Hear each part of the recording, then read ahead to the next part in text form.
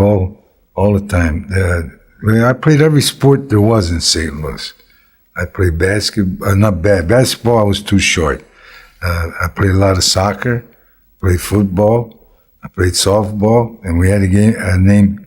You spend enough years around baseball, people eventually start asking the same questions. Who was the toughest pitcher you ever caught?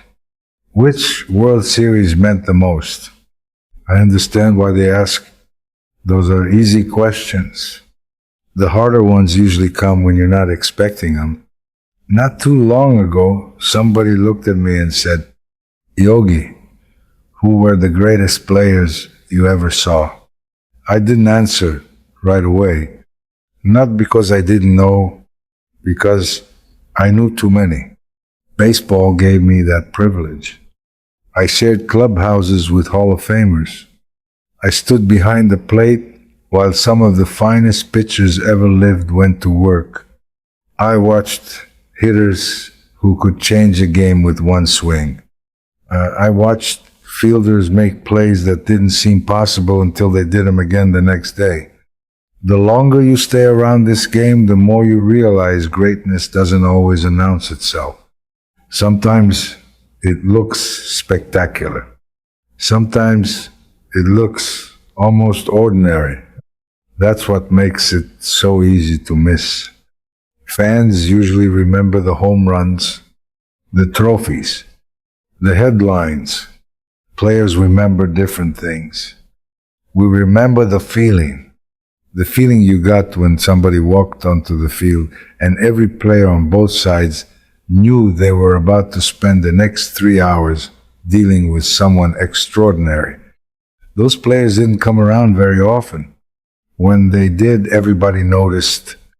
I sat here for a while thinking about all the men I was fortunate enough to watch over the years. Some of them became close friends. Some were rivals I respected every single time we met. A few names came into my mind almost immediately. Others took a little longer. But once I finished thinking about it, I realized I kept coming back to the same 7 players. Not because they all played the game the same way, because each of them showed me a different kind of greatness. And the more I thought about it, the harder it became to imagine baseball without them. Stan Musial has always been one of those players I found myself thinking about whenever people talked about greatness. Not because he was the loudest player. He wasn't. Not because he tried to make himself the center of attention. That wasn't Stan either. What always stood out to me was how simple he made baseball look. Now, anybody who's played this game knows baseball isn't simple. It'll humble you in a hurry. You can feel great walking into the ballpark and look completely lost by the 7th inning. That happened to everybody. Stan just seemed to have fewer of those days than anyone else. You'd watch him take batting practice, and nothing looked unusual. Then the game started. A line drive here, a double there, a walk when the pitcher refused to challenge him. Before you knew it, he'd help beat you again. There wasn't much wasted movement in anything he did. He never looked like he was trying too hard. That's a quality people don't appreciate until they've spent enough years around the game. The hardest part of baseball isn't having one incredible season. It's doing the same difficult things every summer for years. Stan had a way of making consistency feel ordinary. It wasn't ordinary, not even close. That's why every clubhouse seemed to have the same opinion about him. Whether they wore Cardinals uniforms or not, nobody questioned how good Stan Musial was. Mickey Mantle was one of the easiest names to remember. Not because people kept talking about him, because once you saw him play, it was hard not to. I still remember how young he was when he came to the Yankees. There was already so much expectation surrounding him. People weren't hoping he'd become a star. They expected it. That's that's a heavy thing to put on anybody, especially someone that young. Most players need a few years before they really feel comfortable. Mickey never had that luxury. Every game mattered. Every at-bat was being watched. Every slump became tomorrow's newspaper. Playing in New York was never easy. I learned that pretty quickly. If you played well, people expected you to do it again. If you struggled for a week, everyone wanted to know what had gone wrong. Mickey lived with that kind of attention almost from the beginning. What always impressed me wasn't that he could hit the ball a long way. Plenty of players had power. It wasn't that he could run.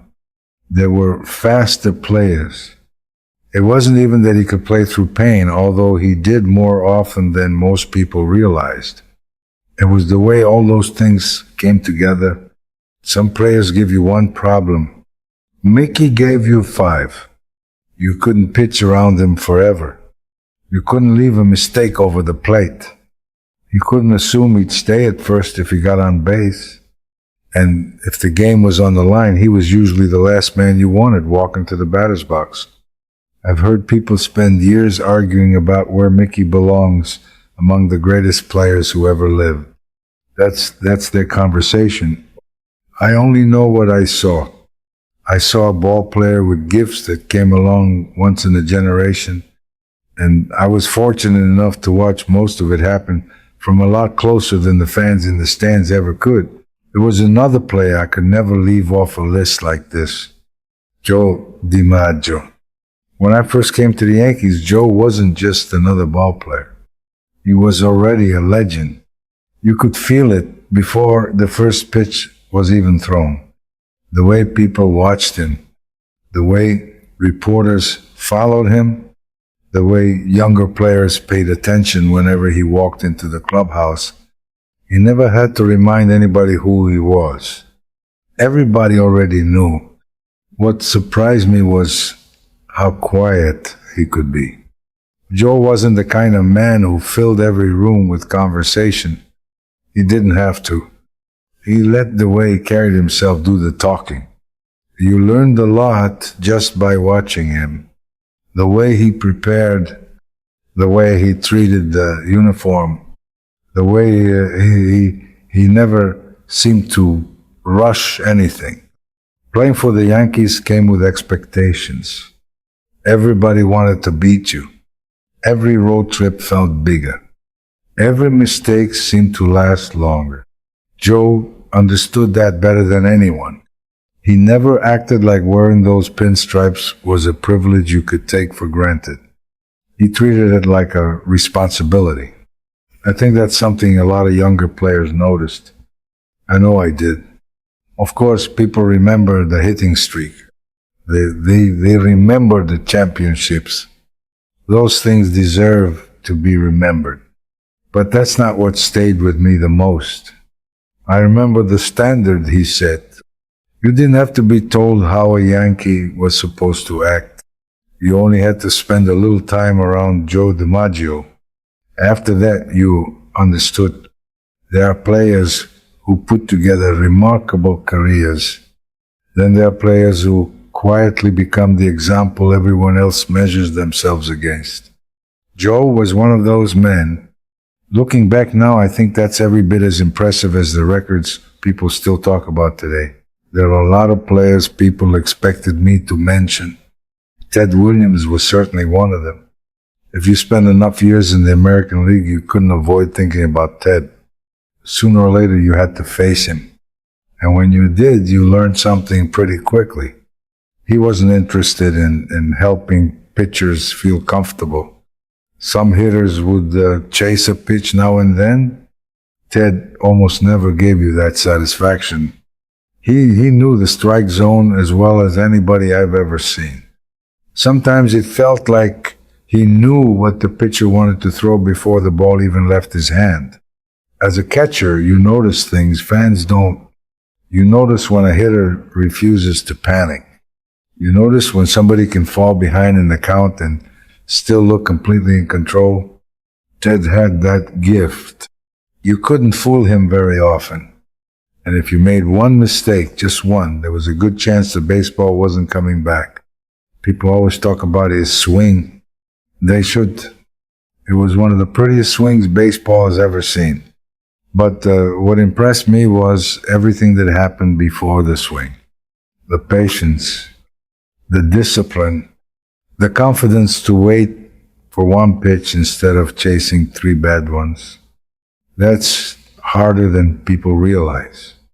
A baseball season is long.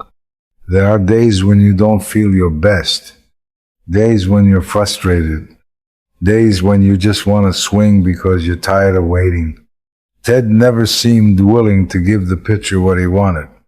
He made pitchers work every inning, every game, every season.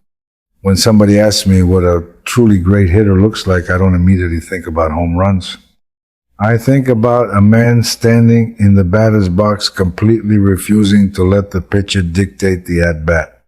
Ted Williams did that better than just about anyone I ever watched.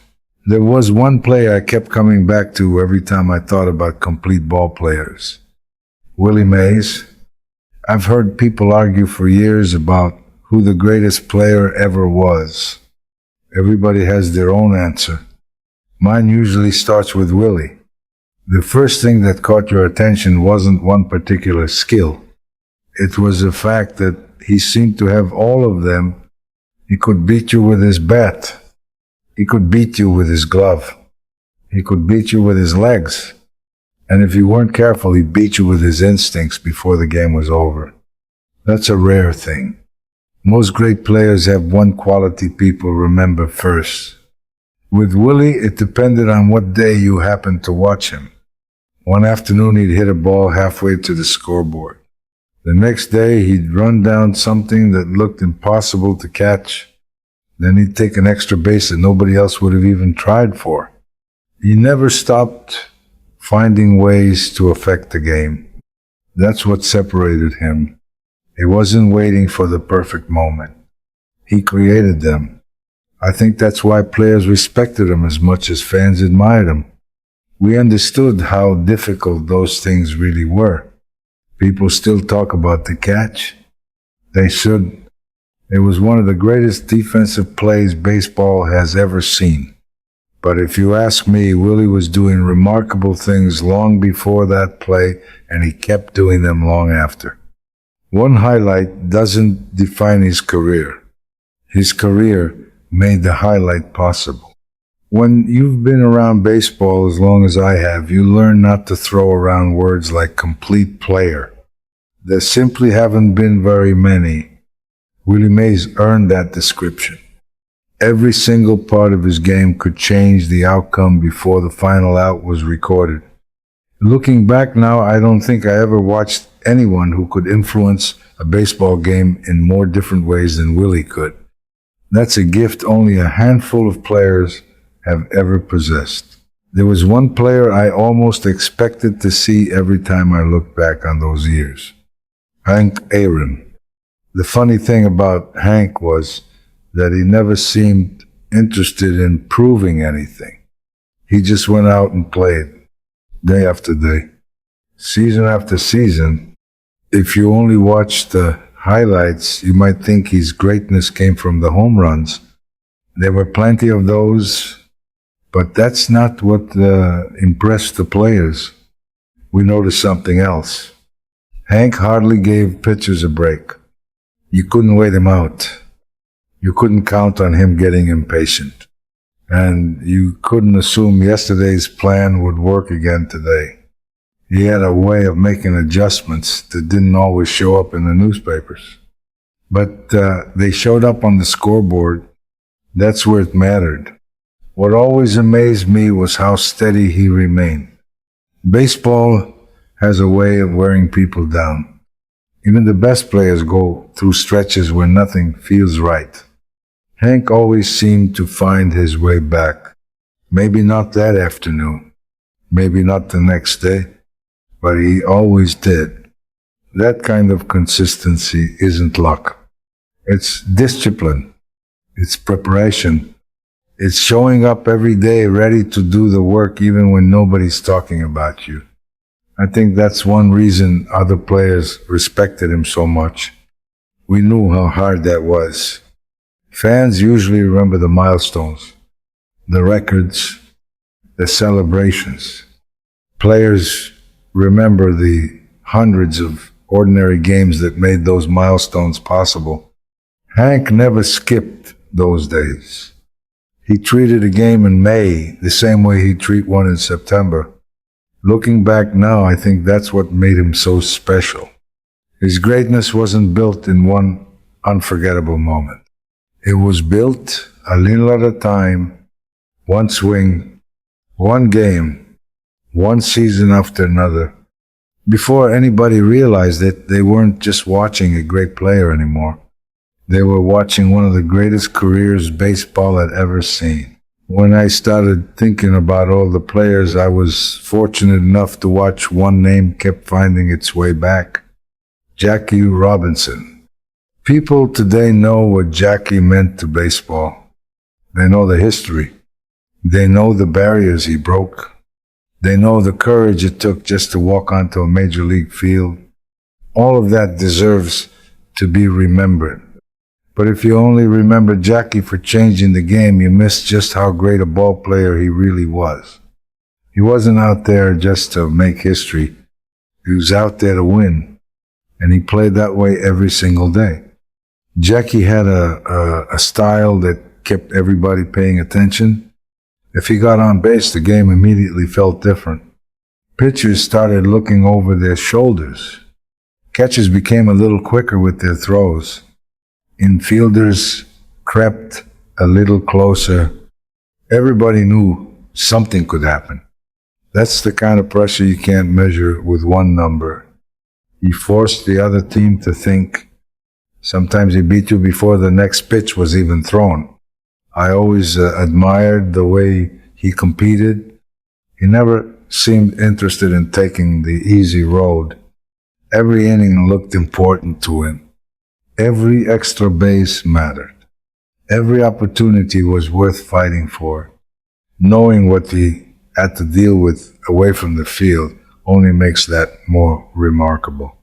Most players only have to worry about baseball.